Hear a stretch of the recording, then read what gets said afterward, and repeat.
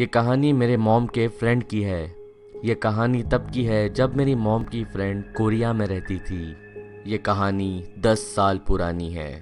मैं जब कभी भी ये कहानी सुनता हूँ I still get the chills. मेरी मॉम की फ्रेंड एक अपार्टमेंट कॉम्प्लेक्स में रहती थी।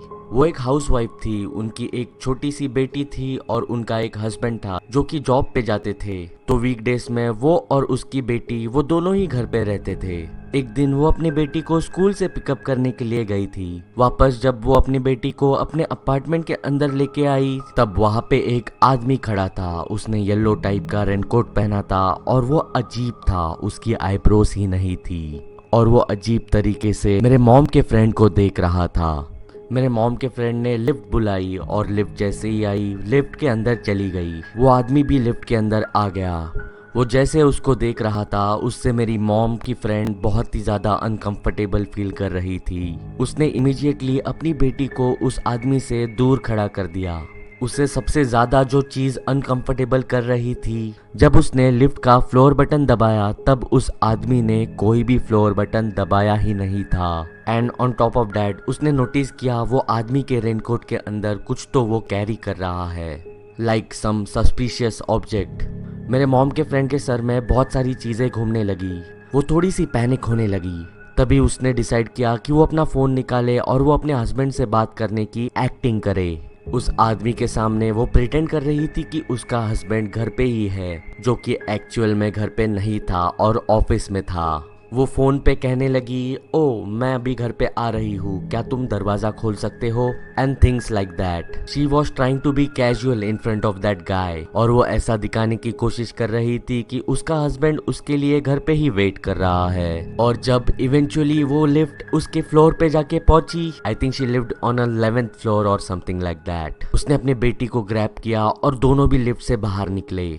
लेकिन थैंकफुली वो आदमी उन दोनों के साथ लिफ्ट से बाहर नहीं निकला।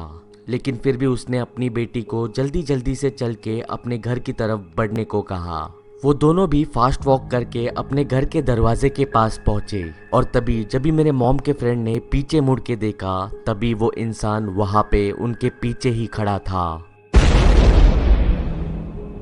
He was something 40-50 meters away from them. वो मेरे मॉम के फ्रेंड को स्टेयर करते हुए उनकी तरफ बढ़ने लगा। उस आदमी को पास आते देखते ही मेरी मॉम की फ्रेंड दरवाजे पे बैंग करने लगी।